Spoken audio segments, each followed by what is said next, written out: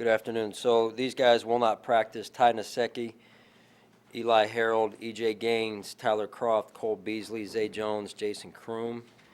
And then the following guys will be limited and in red jerseys for practice: Russell Bodine, Mitch Morse, Quentin Spain, Ed Oliver, Raphael Bush, and Taryn Johnson. So with that, we'll open it up to your questions. So any of those non-participants on the serious side or light type of injuries, like no broken ankles or anything like that, right? Yeah, for the most part. I mean, it's anytime you miss, it is serious because we need you out there. I mean, there's a number of guys that aren't practicing, so hard to develop the team when you're not practicing and not available. So, but overall, other than really Tyler's situation that we talked about the other week, it's most of them, are at this point shorter-term situations. So. Have you established a timeline yet for Cole Beasley and you kind of would expect to see him on the field? Yeah, he's on a similar timeline to Mitch, I would say. So he's a few weeks behind Mitch, though, at this point, Josh. But he's making progress. Tyrell Dodson, we haven't heard from you since the arrest, or since these charges. What's your? Yeah, it's unfortunate. Serious situation, and we take it very seriously. We've communicated with him. It's an open case at this point, so we just have to let it go through the court process, and we'll do our best to stay on top of it from our end and making sure that we're gathering as much information as we can. So it is a very serious situation. What's up with Ed Oliver? You said he was just Shoulder soreness.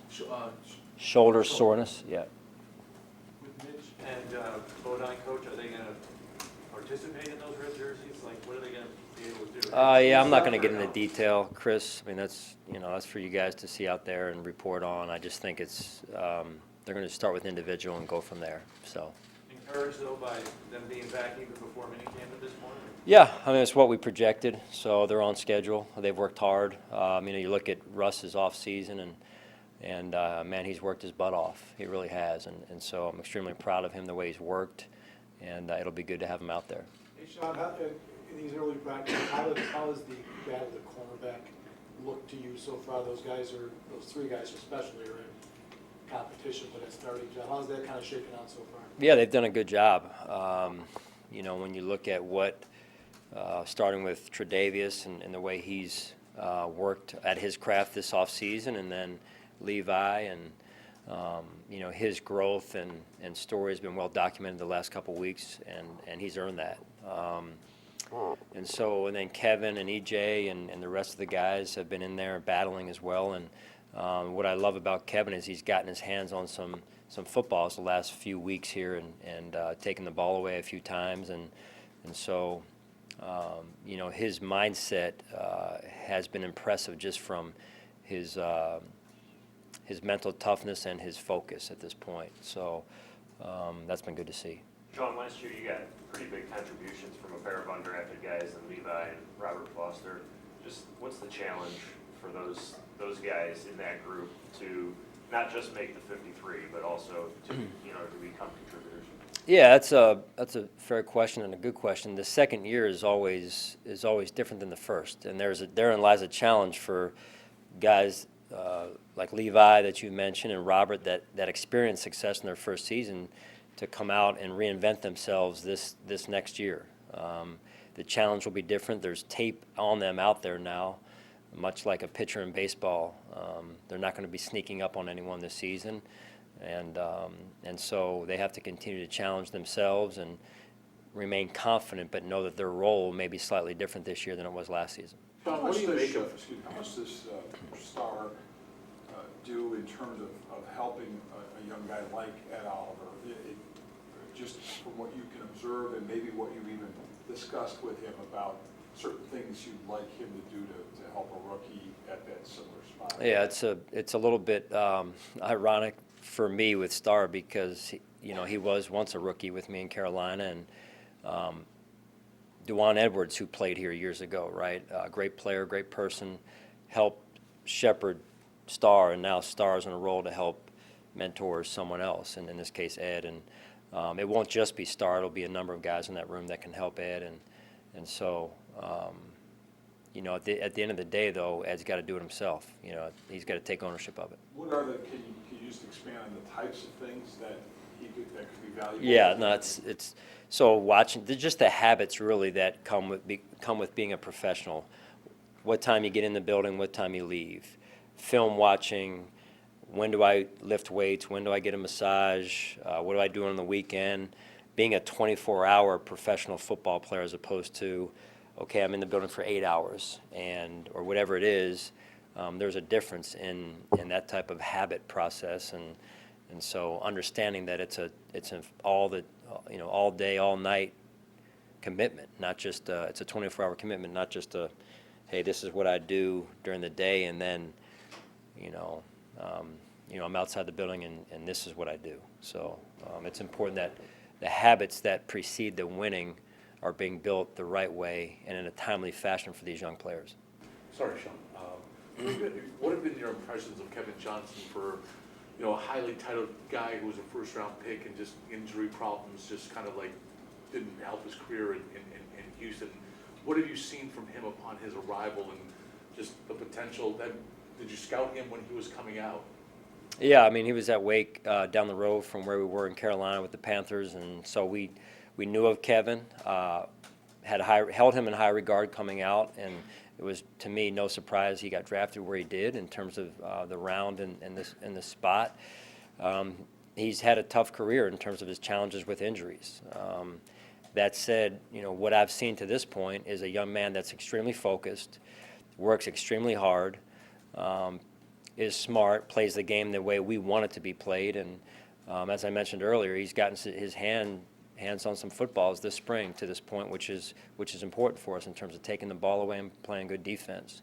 We'll see more when the pads come on. Again, it's still early, but to this point, I've loved his mindset. You had a lot.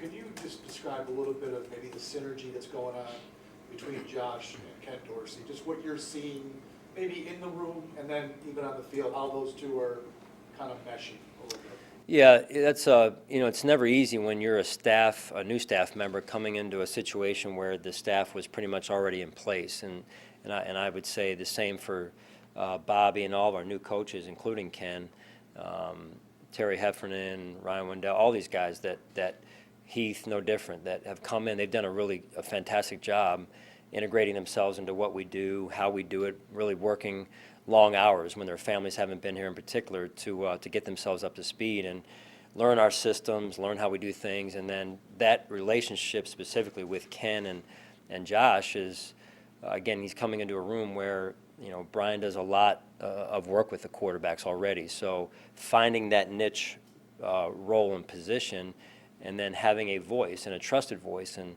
earning that with Brian, and that's been fun to watch. Josh has had a solid spring.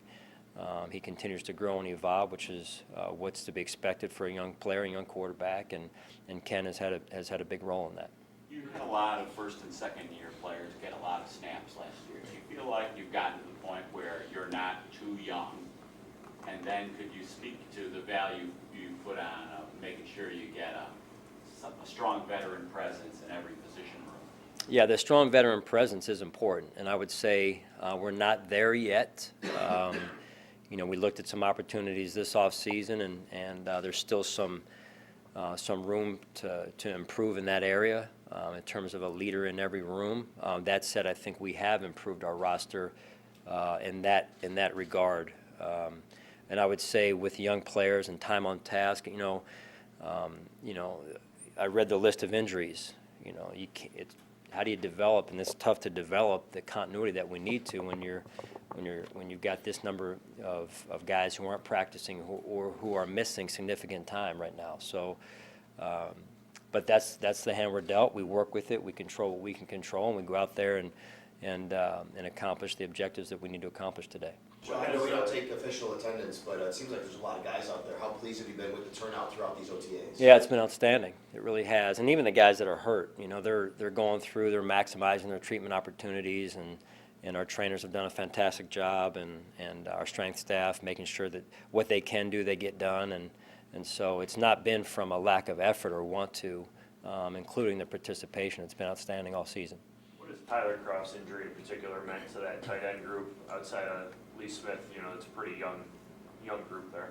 Yeah, it is young, but it's what it's afforded us really, Jay, is a chance for our young guys to get out there and get a ton of reps. And so we've been able to see more of Tommy and Dawson, and their rep counts have been higher naturally, so they're exposed to more football for us to evaluate and for them to get the feedback off of the film. And so that's been kind of a good thing. I hate to say it, but with Tyler not in there. That said, we do need Tyler back to develop a rapport with Josh and get comfortable for his own well-being as well. How excited are you, Sean, to see what Tremaine Edmunds will be able to accomplish in his second year? We saw so much last year. Leslie talked about it last week. We all know the first to second year thing, but for you specifically, how excited are you about what he could do? Well, I'm excited about it. I mean, like I am, honestly, Josh and the rest of the second-year players. It's an opportunity for them, right? It's an opportunity for them to be able to slow things down. In this case, Tremaine, to watch him really come into his own. We're talking about a 20-year-old who was 19, then he's 20, and you're saying it's a pretty young guy. I mean, guys coming out this year are older than Tremaine in the draft, so it's a little bit of a unique situation. But to watch him just physically mature from the time he left to the time we saw him a few months ago, he's been working, and that's been nice to see. It doesn't surprise me knowing him. He works at things that's important to him. I've watched him take leadership steps this offseason since he's been back, and some of that means Lorenzo has to kind of give up some of that in that linebacker room, and that's a very unselfish approach by probably our biggest leader on our football team, is to pass that torch in some ways to Tremaine, and that's a sign of a good football team. When you're an unselfish team and you have a bunch of unselfish guys, that's a good quality to have. Sean, there was a big report yesterday regarding Jim Kelly joining your staff. What's his role going to be? On our staff? Said he was approaching an official role with your staff. Yeah, I didn't hear that. Working with Josh Allen? I didn't. Yeah, I can elaborate on our growth mindset that we find every way possible to improve our football team. As far as that other report goes, I didn't see that, and I didn't hear that. But to my knowledge, that hasn't been discussed. What Jim said was that he was meeting with Dorsey, with Dave Wall, and with Josh, also that they had downloaded plays from the Super Bowl era, and maybe and said that there were whatever plays that Josh liked be implemented. So he was pretty specific, very specific about discussions he said in meetings with them. Yeah, look, it really boils down to, like I said before, us trying to find every way possible to improve our football team, and I've stood up here before and told you guys we look at every way to improve our football team, and this is no different. And so, look, Jim's a Hall of Famer, and to me, it would be ignorant of us not to have a relationship with Jim and sometimes ask him, hey, what he thinks, and we've got a young quarterback, take a look, so all that's healthy, all that's good. At the end of the day, Brian will be the one calling the plays, and we'll move forward with that. So you guys can work out that amongst yourselves. Is that all that uncommon for an NFL team to go back and talk to, a player that's had a lot of success and maybe hasn't been legitimate? I think that varies out there. I think those relationships vary. In this case, Jim obviously had a ton of success years ago here, and he's a big part of our community, and we're very grateful to have him around the organization and in the community, and especially with what he's gone through the last handful of years with the health issue, and we just continue to pray for his health and well-being, and so we stand on the foundation that those guys built years ago in the early '90s, and we hope to continue to carry that tradition moving forward of Buffalo Bills football.